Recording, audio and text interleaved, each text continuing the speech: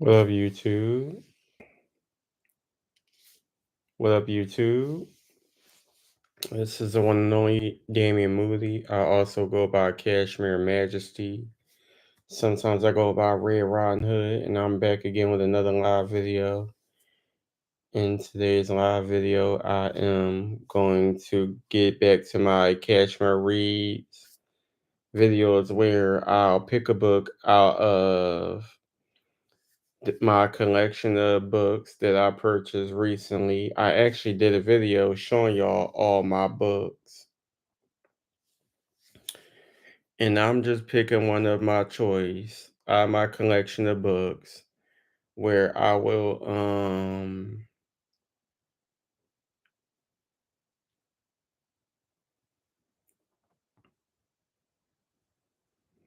where I'll sit and read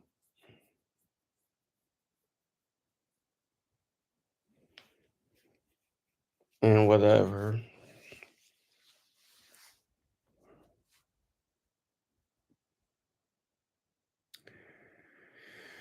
I wanted to read this book since watching the movie, but it took me forever to be able to purchase these books.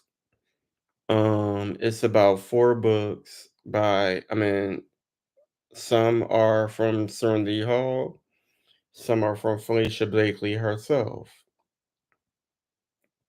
Um, from my understanding, for those who don't know who Falicia Blakely is, y'all could go watch the movie Hittin a Lick. I mean, not Hitting a Lick. Y'all go watch the movie When Love Kills, the Falicia Blakely story on Tubi. I believe it aired on TV1 some years ago. It is starring Little Mama, Lance Gross, and Tammy Roman. Big Frida has a cameo performance in it. Floyd Mayweather and maybe some other people. Anywho, it's a pretty good movie, but by the looks of things, it did not fully tell an accurate version of Felicia Blakely's story. So she and many others are working on a documentary giving the whole story. And I believe they might do another movie telling the true story. I'm just not sure when everything is supposed to come out. Y'all probably have to search up her Instagram page and Facebook and whatever to find the details of when the documentary and the movie is and all that good jazz is supposed to come out. Um So I decided to read this book called A Treacherous Hustle, Hitting a Lick for the Love of the Pimp. Excuse me, A Treacherous Hustle, Hitting a Lick for the Love of a Pimp. The Felicia Blakely story by Serenity Hall. This is what the book looks like. Um, on the back it says Felicia Blakely is born into a family bursting at the seams with dysfunction. Just as she is getting used to living with her grandmother in Jacksonville, Florida, the feisty 15-year-old is suddenly uprooted and sent to live with her mother in Atlanta, Georgia, also known as ATL. Immediately, mother and daughter go head to head because Felicia has major problems making the adjustment. Most times, her mother is unaware and emotionally unavailable, which makes it easy for Felicia to get wrapped up in the dangerous streets of ATL, a place where life moves too fast and too furious for a naive, troubled teen. Driven by the almighty dollar and the bright lights in the ATL, Felicia grows even more rebellious and meets a slick talking pimp who lures her into a career as an exotic dancer. Felicia believes she has one up on the game until she encourages Mike, a hardcore hustler who teaches her the true meaning of a beast in the streets. I mean, in these streets. Soon Felicia and then what? and an accomplice commit a triple homicide. All too late, Felicia realizes that manipulation, murder, and mayhem were all created by a savage who still freely roams the streets of Atlanta today. Okay, so that is what this book is about. Seven Figure Publications presents A Treacherous Hustle by Serenity Hall. It's a dedication to Felicia Rose Blakely. This book came out, I believe, in 2017.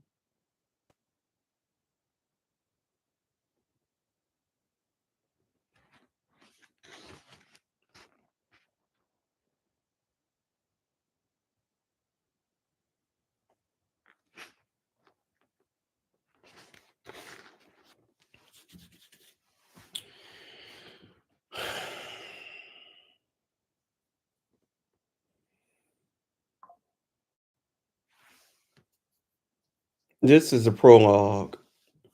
Bitter days come after the sweet sunshine baby Ike chimed in, barely above a whisper. Daddy, Felicia cooed into her cell phone. Excitement always filled her at the sound of his voice. Where are you? And whose phone are you using? She matched his lowered tone. Check the move. He ignored her questions. Make sure that excuse me, I'm reading it wrong. Take care of that little bit over there. Then meet me in the parking lot at the body tag. As always, his tone was serious and direct when he gave orders. A cold silence lingered between them as Felicia tried to collect her confused thoughts. How did he get out of jail so fast? Ike's voice broke in, ending her curiosity.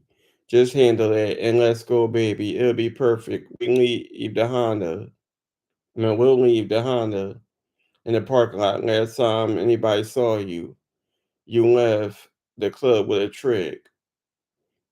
And very few know that I made mine. I'm just ready, sunshine, ready to get away from these hoes and start over. It was everything Felicia wanted to get back to life when it was only the two of them. Well, the three of them, Ike, her son Man, and Felicia, but one thing stood in their way. Daddy, can I just leave now and come right to you? She smiled, envisioning them driving away from all the drama in the ATL and into a new state in a new life. No, man, get that money first, he instructed. Instead of responding, Felicia looked around the dining room of the man she intended to rob. The initial plan was to get enough money to bail Ike out of jail, who just so happened to be out already. Well, now that you already out, just off the nigga and come on, he said in a gruff voice. The smile left her face as Felicia searched her brain for anything to change his mind. He has a stick shift, daddy, and I can't drive a stick. Then call me when you're done. We'll come pick you up. But he only got like 700. Maybe you should just try to get that and run. After Joe had purchased cocaine from her, he told her he only had 700 left for his rent. Joe hadn't lied. She had gone through his wallet and counted seven $100 bills, but hadn't taken any of it. Not yet. She heard him approaching and quickly placed the wallet back on the coffee table. You heard what I said. Shit. Felicia's mind raced with apprehension. Her stomach churned. But there's one more problem. She glanced down the Hold on. She glanced down the hall for any signs of Joe. What? Ike didn't seem moved in the least bit. Just before you called, he rolled me a joint, and I was reaching inside my purse for a lighter, and my pistol went off. I didn't even feel the trigger.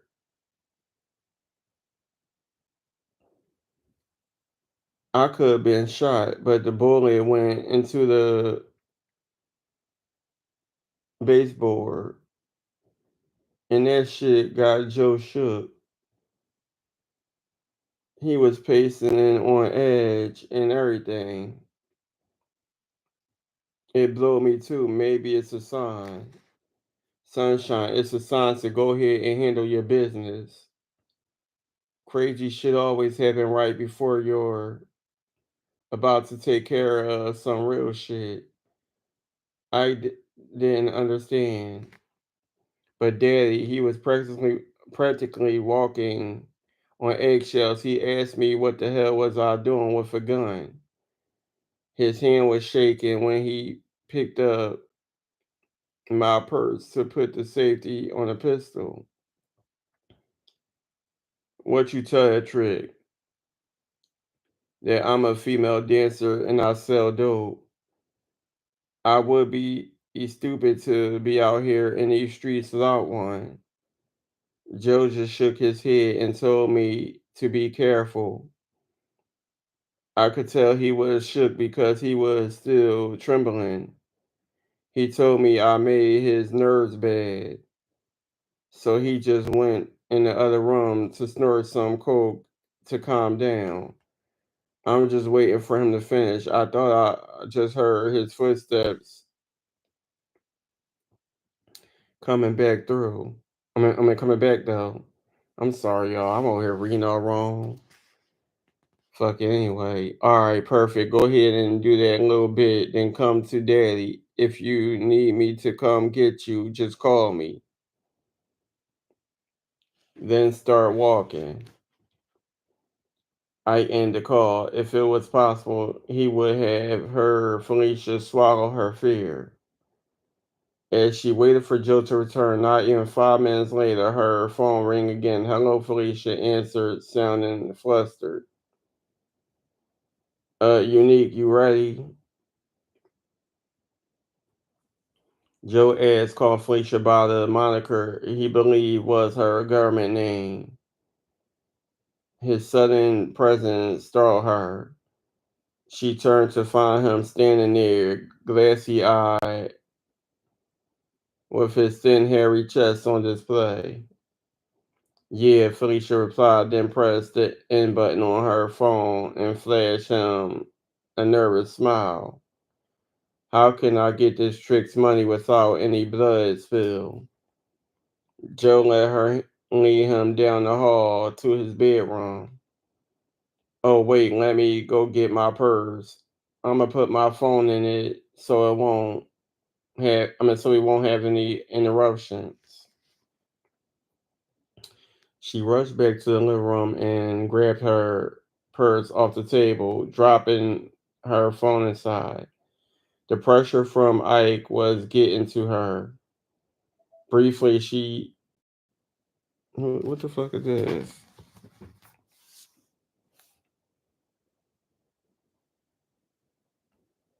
Mhm.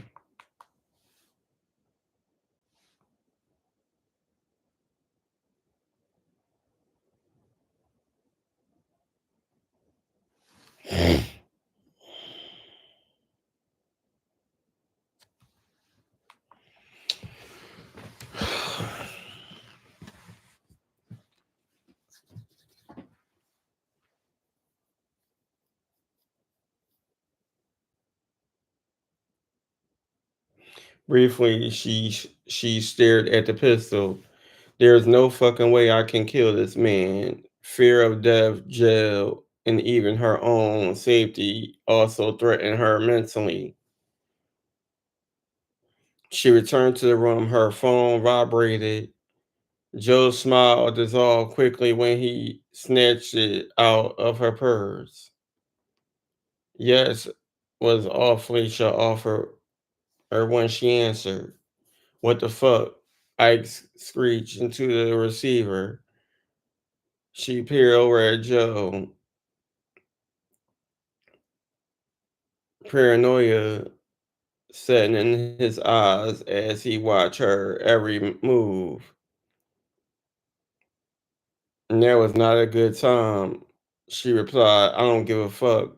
Do you know I'm sitting out here in his parking lot waiting on you? His voice boomed. I'm going to have to call you back. Felicia hung up and turned to meet Joe's cautious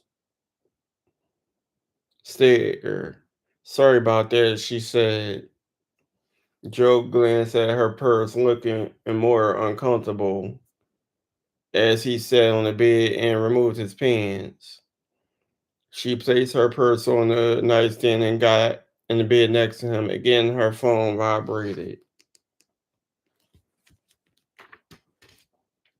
Don't worry, Joe, I'm not answering it. No more interruptions, she said, hoping to put his weary mind at ease. That night was filled with several ignored calls from Ike to Felicia that even proceeded into morning. By 6 a.m., Ike's demand changed from take care of the nigga to just bring your ass home. He didn't want to hear any explanations about why she didn't come through with the plan. Ike just wanted his bitch Felicia in his possession. In that instant, she knew this wouldn't turn out good. Felicia waited while Joe showered and then got dressed for work.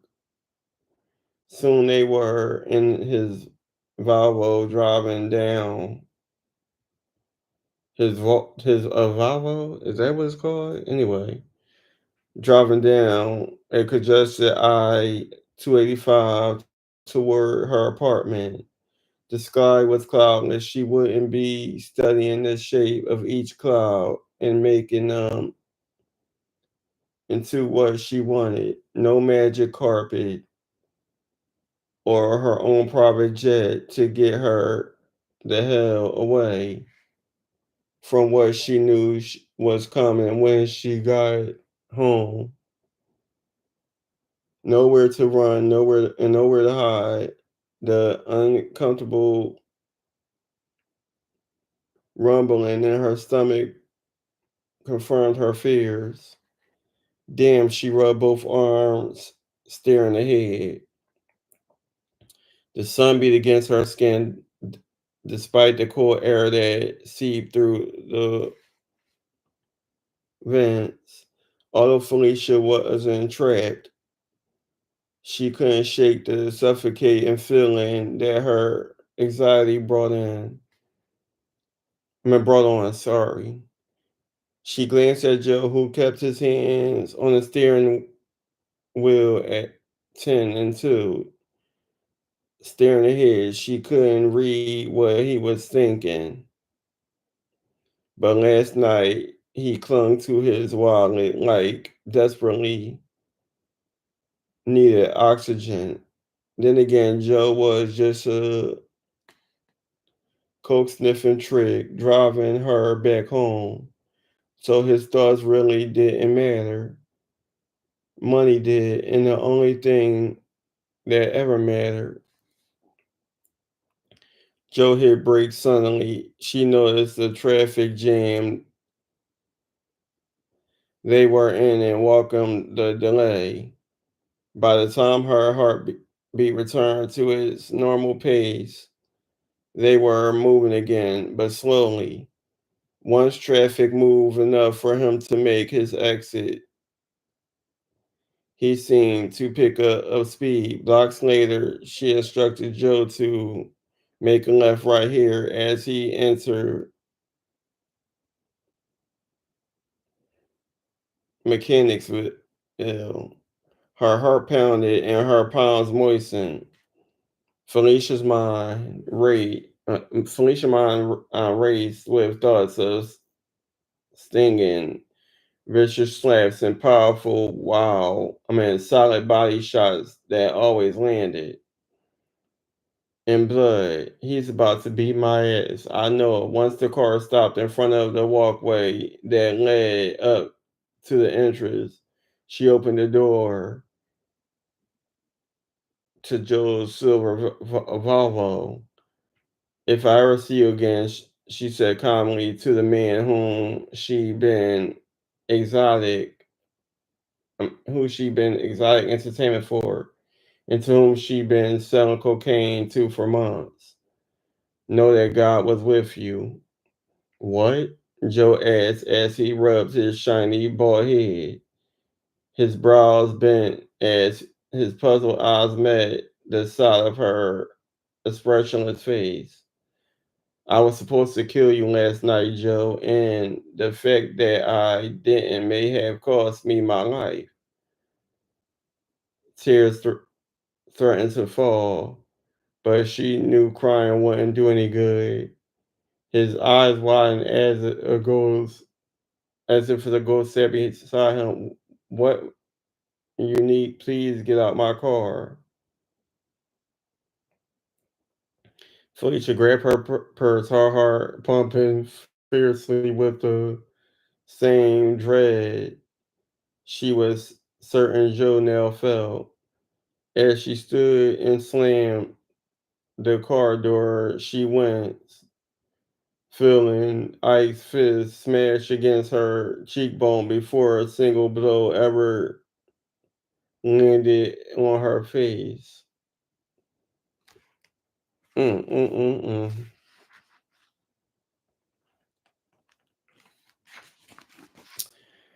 All right, y'all. So that was the prologue. That was the prologue.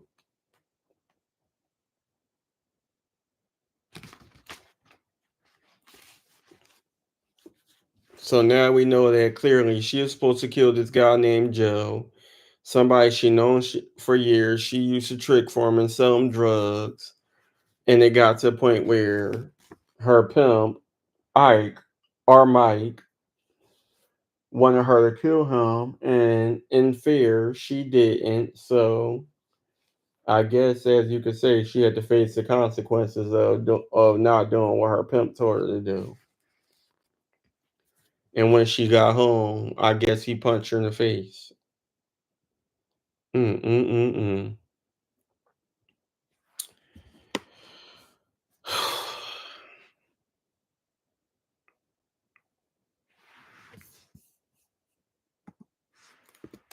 Crazy, right? But yeah, y'all, if y'all want to watch the movie, it's definitely on Tubi. It's called When Love Kills, the Felicia Blakely story. Or, like myself, y'all can get y'all some copies of these books.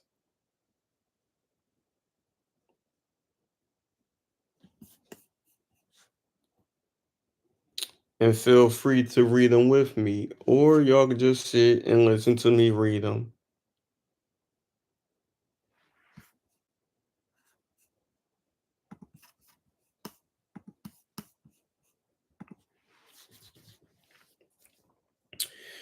Chapter 1, August 25th, 1999. You need to hurry up and get here, Felicia's stepsister, Melina, yelled into the phone.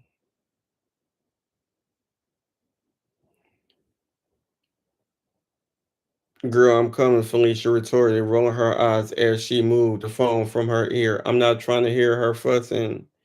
He's just gonna have to wait, she thought. Felicia knew she was wrong, but it was her last night in Jacksonville, Florida.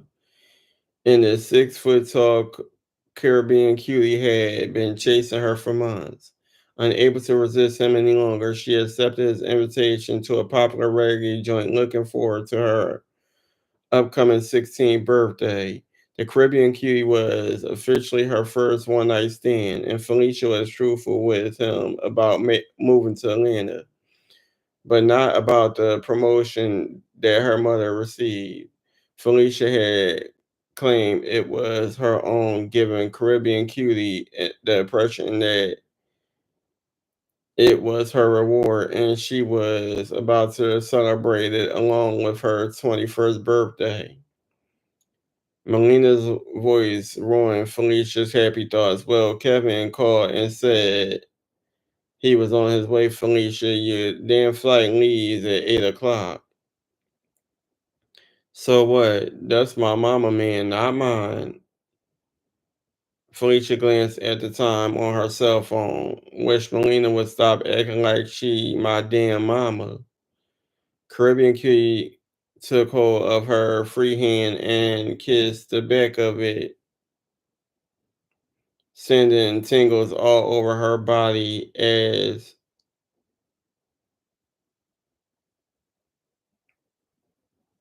he had done when they first met. I saw him coming, Melina. Damn, I didn't know I would be going this long, she whispered. I don't want to hear it, Melina shot back. You should have never left in the first place. Leaving here with that strange man. I don't know what your problem is, but you better get yourself Felicia in the call. 5 minutes later, her phone rang again. We on the interstate. I'm coming, she snapped. What am I supposed to tell this man, Melina Fuzz? I don't care what you tell him. He'll be all right until I get there. Felicia wasn't the least bit sympathetic toward Kevin, her mother, Letty's man. In Felicia's opinion, he only served as another wedge between her and her mother. There was plenty of nights that she spent alone because Letty was with him, but that wasn't all. The missed track meets in her homecoming, in which she was announced as the shirt flat co-captain during her freshman year. Kevin, with his tall, lanky frame, reminded Felicia of Eddie Kane Jr., ooh, the lead singer of the Five Heartbeats. I'm weak.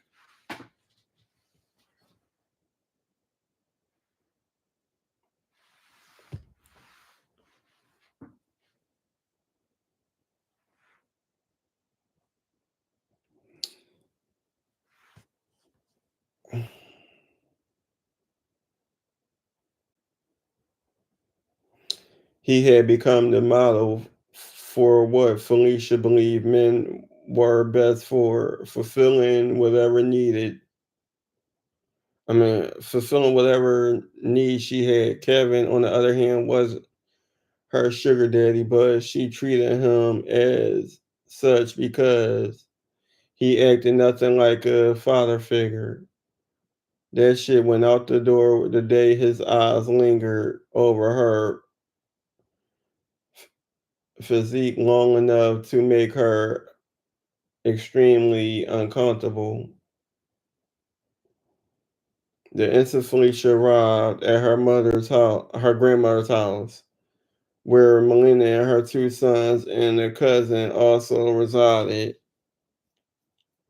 she ran inside to kiss her family and say her farewell. She grabbed her small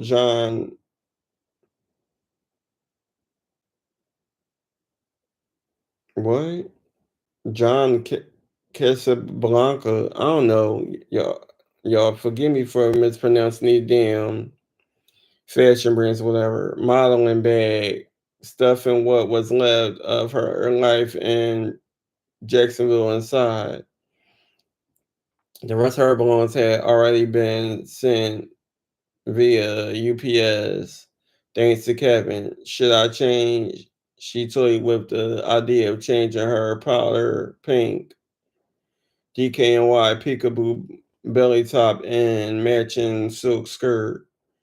One look at her silver heels with with the clear straps, along with her expensive looking sewing, place her a- appearance at 20 years or older. She couldn't hear her mother.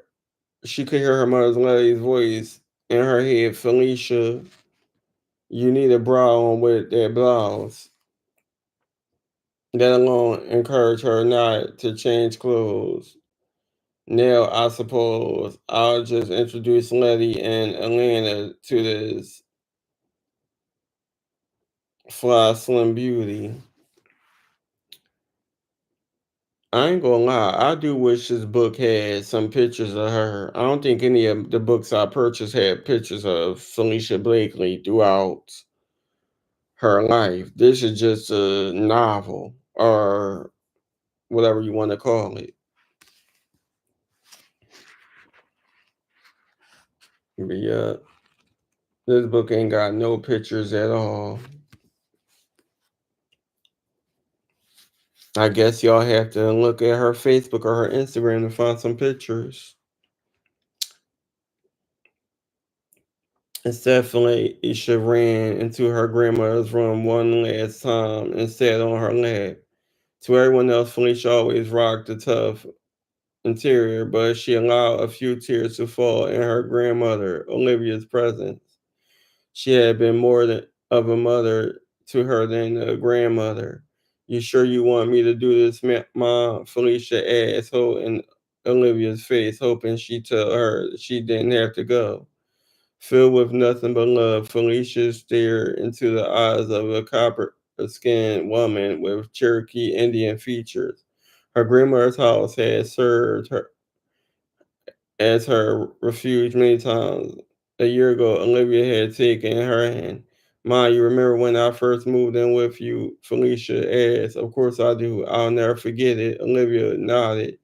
Felicia remembered that day as if it had just occurred. Good race kid. You're one awesome runner for a freshman. The school bus driver said as Felicia exited the bus. He waved goodbye. Thanks, she said with a proud grin and waved back. He always watched her until she unlocked the front door and hid it inside her home.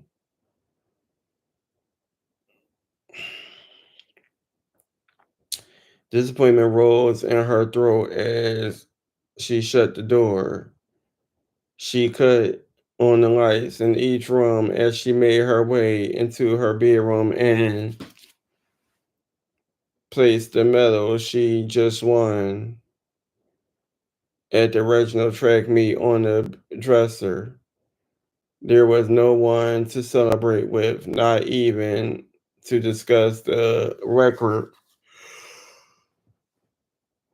Oh, God. She made on the females 100-meter race.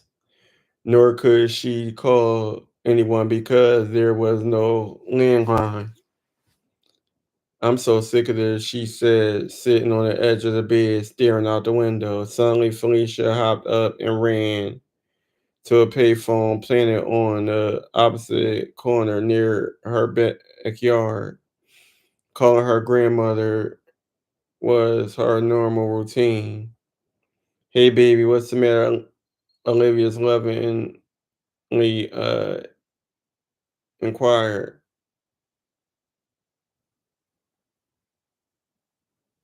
Oh, she said, it said Olivia lovingly inquire. I'm sorry, y'all. The mere sound of her grandmother's voice brought tears to Felicia's eyes. Although she wiped away her tears, more tears fell nonstop.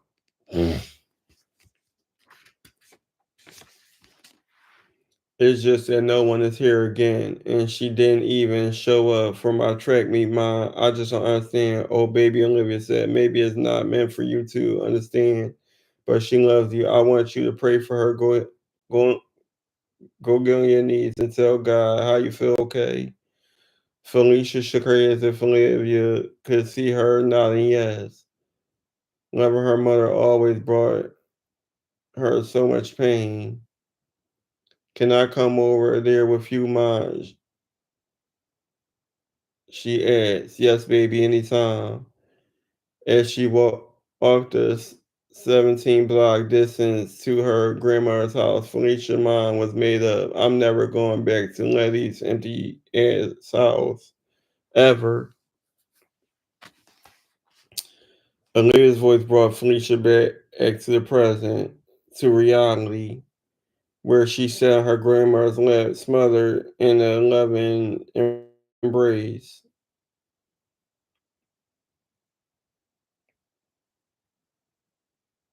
Knowing she was leaving her grandmother in Jacksonville, Florida for good. Yeah, I will remember that day too, Felicia, but the past is the past, baby. I am so sorry that happened between you and Letty, but today is a new beginning. Felicia didn't respond. Olivia sighed, albeit lightly. Baby girl, I think it's best to give your mother another chance, she advised, holding Felicia safely in her arms. This could be really good for you and for Letty, kind of like y'all making up. Ma, I hear you, but she's been going a year and just up and decided to send in for me now. Shoot, I didn't even know she was living in Atlanta. Felicia thought it all be a waste of time anyway. What type of mother moves to another state and doesn't even tell her only child? Child, no shade, but matter of fact, I'm gonna just keep that comment to myself because I was about to say something, but I ain't even about to try to start up no issues from the past. Anyhow, speaking on other people' business that I am not around. Anywho, now you listen here. There are a few times that Olivia got stern, but when she did, it got Felicia undivided attention. That's your mother and she loves you. No two people express themselves the same. Give her a chance. Do you hear me? Yes, my Felicia nodded up and down. But my, if I leave you, who is going to clean the house and take time to get it under your bed real good? Felicia smirked at the thought of her 6-year-old cousin many toys hidden under Olivia's bed along with her snacks. You'll just have to come down and do it. Visit me from time to time. She smiled.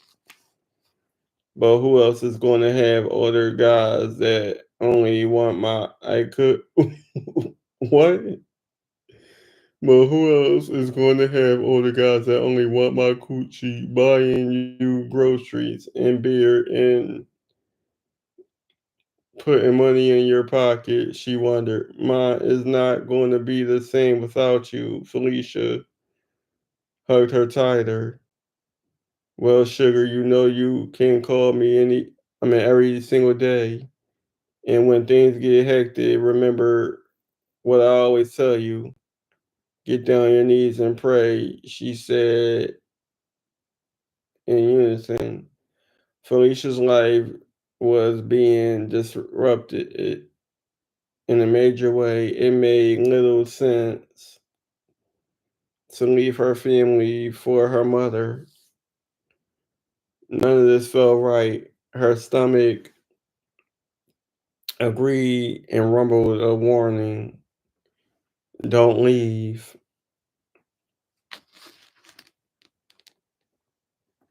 All right. So I read two chapters. I've been up all night. It's already 3:51. So I'm gonna have to come back probably tomorrow and give y'all some more chapters because number one, I've been up all night, and even though I got my pair of glasses on, some of the words starting to get a little blurry. So I'm gonna have to hit y'all up tomorrow. Please like, comment, subscribe, hit the bell, be notified. Um, y'all can also feel free to donate to the channel. My cash app is Cashmere Majesty 26. Once again, the cash app is Cashmere Majesty 26. That is KASHMEREMAJESTY 26.